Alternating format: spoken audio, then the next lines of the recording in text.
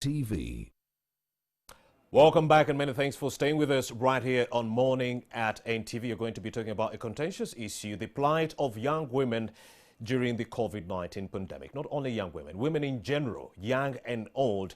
How have they been grappling during the COVID-19 pandemic? What are the challenges and how best can we draft some recommendations to alleviate their problems? Women have been suffering a lot, and gender inequalities have actually widened during the lockdown. We've seen so many social norms take center stage. A woman is supposed to be doing the cleaning and so forth. All that, the social norms that have taken center stage during the COVID-19 pandemic have exacerbated the gender equality gap in Uganda. Well, you have an organization like Mmpra, which was instituted in 2008 to fight such inequalities, but they are saying during the pandemic that gap was folding, diminishing since 2008. So during the pandemic, it diminished. You saw so many women being battered, domestic violence, young women getting pregnant and so forth, poverty. And we are going to expound all that with the executive director of the Mentoring and Empowering Program for Women, that is Mmpra. And she joins me right now. That's none other than Immaculate Mukasa. A very good morning. All right, let's get right into it. The challenges women have had to grapple with during this COVID-19 pandemic. Let's first get that out of the way, and you'll let us know what Mmpra is, Mentoring and Empowering Program for Young Women. What you've been doing since 2008, how we doing better, what got worse during the COVID-19 pandemic, and how can we rectify that? It's a holistic approach that we're going to be discussing. Let's kick off. Let me start with what Mmpra is. Mmpra is the Mentoring and Empowerment Program for Young Women. It was established in 2008, and we would desire a society where girls can achieve their aspirations, and also where they live in an environment which is free of violence. And together with the government of Uganda and other civil society organizations and NGOs, many steps have been taken to see that the girl child is empowered, that the girl child achieve her aspirations, although we've had a few challenges. But with the COVID-19 pandemic, we are seeing that many of the gains are going to be lost because of the pandemic. Would you say there has been an uptick in violence against women during this period of the pandemic? Definitely. And what has been causing it? Very many factors. Number one, the strain on the resources at household level. We expect to feed the family, the children who are at home. We expect resources from the man, from the woman, but those resources are not there. So the demands of the households have caused violence. The men have become violent. There is money that is left, usually called akameza money. It's reducing. So because there's not enough, and the demands are too much, the children have to eat. You can't tell them there's no money, they have to eat. If you need to access health services, you have to access them. So, and all this is leading to domestic violence. And all this is leading to domestic violence because tempers flare, and what happens next is domestic violence. And there has also been a challenge in that because there is no transport, reporting is also difficult. So women have been suffering differently, and the men also, although the magnitude of the suffering of the women, violence against women is quite high. They can't escape because there have not been means. Now that the lockdown has been lightened a bit, but the effects are still felt. And we're also hearing that some of them are scared to say anything because they are depending on these people who are actually taking advantage of them. That is very true. And also, there's also our culture of normalization of violence and protecting the family name. So the women suffer and they die silently. How did the social norms contribute to this violence? So in the social norms, like I'll talk about some of the cultures, the practice is that some of the women actually believe that if he beats me, he loves me. Wait, what? So if he beats me, he loves me. If he does not beat you, wait, he doesn't love you. That mentality is still prevalent? That mentality is still there. Yeah, you ask women, even university girls, they have that mentality. They come with it from their homes. So this is a challenge we have at hand. And also in other cultures, it's like if he beats you, the first person he reports to is his brother or his mother or your auntie, and all of them who are socialized in keeping the home, keeping the name of the household. So the women will keep quiet instead of reporting because of those social expectations. And the family mediations, do you think they have played a role to exacerbate the violence against women? When there is a case and family chooses, no, for us, we are not going to police, we are just going to settle this as a family. What has been happening is that most of those, violence is a cycle. Most of those cases, they're not effectively dealt with. The perpetrator is not dealt with. So this woman goes back because the idea is that you keep your marriage. You have to stay in there. Whether you are dying, you have to stay in there. How does society hear that you left? And also, bride price. Although there was a law that passed that it shouldn't be accounted to as because you paid bride price, then you have to suffer, or else the bride price is taken back. That was outlawed. But many of the cultural practices are that once bride price is paid, you are paid off. You are gone, no matter what happens. Yeah. So when you look at this situation, do you contend that maybe it could get worse if this lockdown persists? Oh, if the lockdown persists, it will get worse and worse. How so? Number one is that because you can't even go to that person or that relative to report. Number two, you can't go to police because there are no means of going to the police. In some cases, many CSOs and the government of Uganda have provided numbers people call in order to be rescued, but it is not practical. Most of our time, they beat you don't have airtime. They beat you, your phone is already spoiled. So it is very difficult, it's challenging to have justice accessed in this country. Let's discuss the gender roles. Yes, we talked about cultural norms. Let's talk about gender roles that have been assigned to each one of us. You have society that says a man is supposed to be going out there to look for food, but a woman, caretaking work, unpaid work, and so forth. You have to take care of the family members, and that also, opens them to the risk of getting or contracting the coronavirus. So let's talk about how these gender roles have made life difficult for women.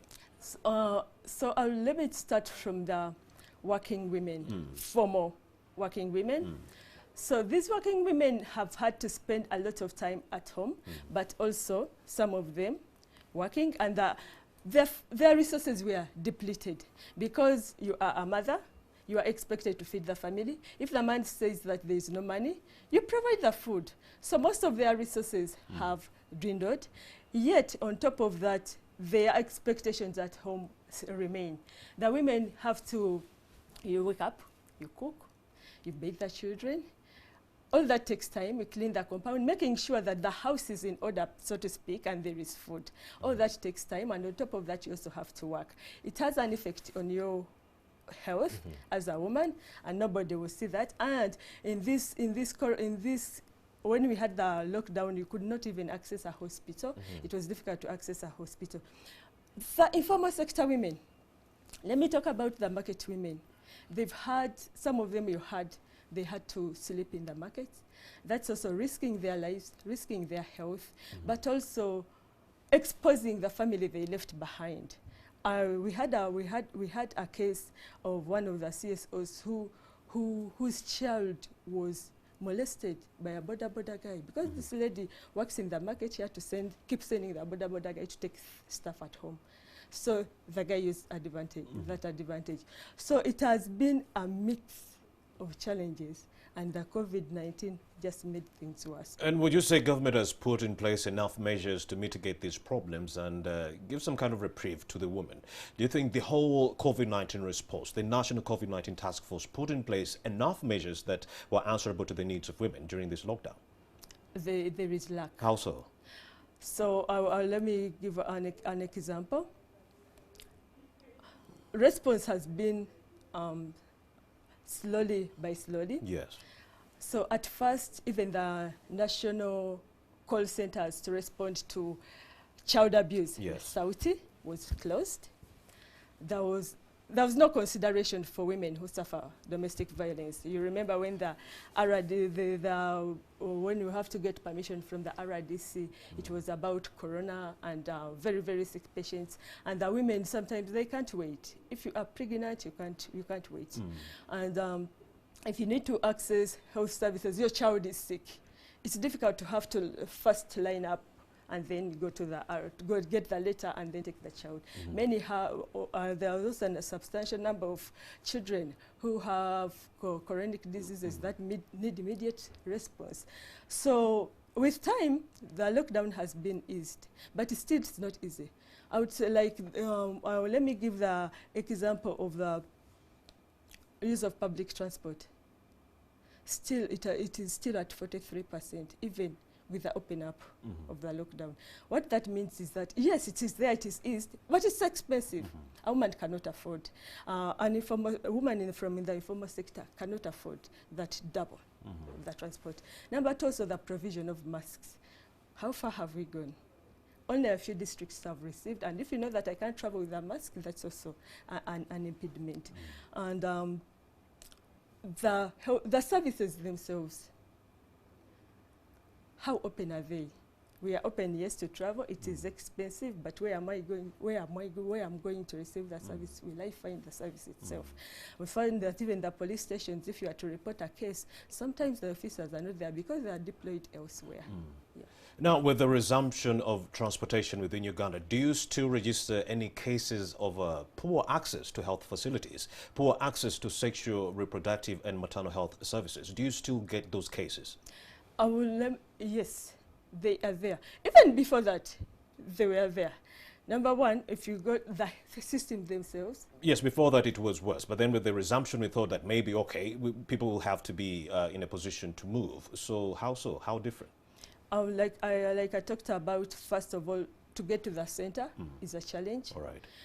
That it is very expensive. Number two, most of the resources in the big hospitals have been diverted to fighting COVID, and also some of the personnel, you find that they are not there. Number two, there is also a challenge of we have a problem of child mothers. We've had a lot of pregnancies have happened. Yes. But the question is, do those girls access antenatal care? Good question. How are they treated when they get there? Are they put in a pool like all adult women? So there is that specialized care that we need for children who are pregnant, which is not necessarily available because of lack of resources, but also because of the systems in which we work. Number two, if you see that there are many cases, many girls who have gotten pregnant, how many have had sex without getting pregnant? How are we allowing those girls to access sexual reproductive health information and services? So by the fact that they are having sex, or by the fact that these are pregnant, that means we have a gap in access to sexual reproductive health rights and services. Number two, not all women have a say in their own sexual reproductive health as women. Most of them, you find that they have to consult their husbands to ask to get family planning. So it is a big systemic and cultural challenge. Wow, that is really, really mind-boggling, Immaculate Mukasa. But then let's talk about the mentoring and empowering program for women. What are you doing as an NGO to ensure that you alleviate this plight the women that are grappling with? When we meet a woman, our target is women and girls, and mostly girls and young women. So when we meet that girl, there are things we have to talk to them about. Number one, you need to value yourself. You as you have to know, this is who I am and this is what I desire in life.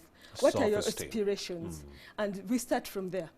We usually find that the moment the girl values her life, she has a say, she has a voice, she has a say in her life, she has a say in what she wants to achieve.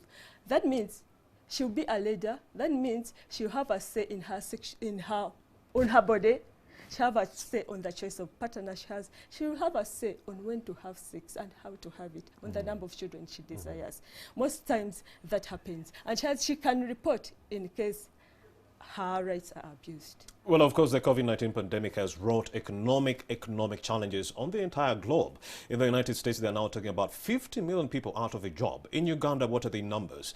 Are we looking at 40 million? And the women, particularly, what is the number? People losing jobs? Generally, on the papers that monitor, according to the monitor papers, last month, they were talking about 40 million jobs.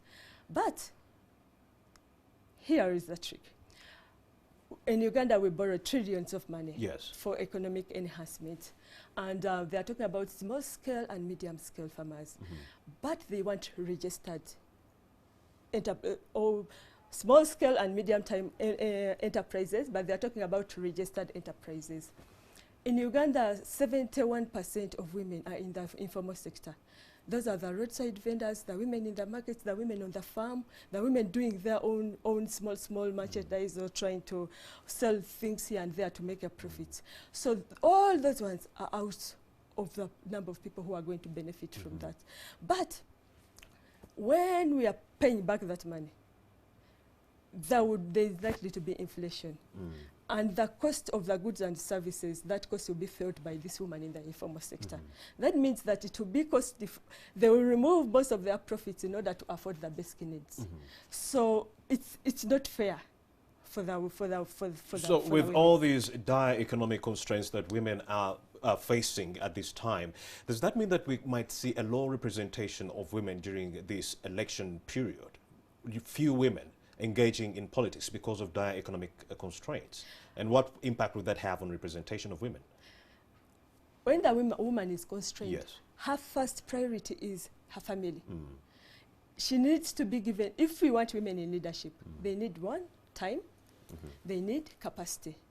And our desire is to have as many women as possible being represented. Would you say we are going to be seeing few women as a result of these constraints?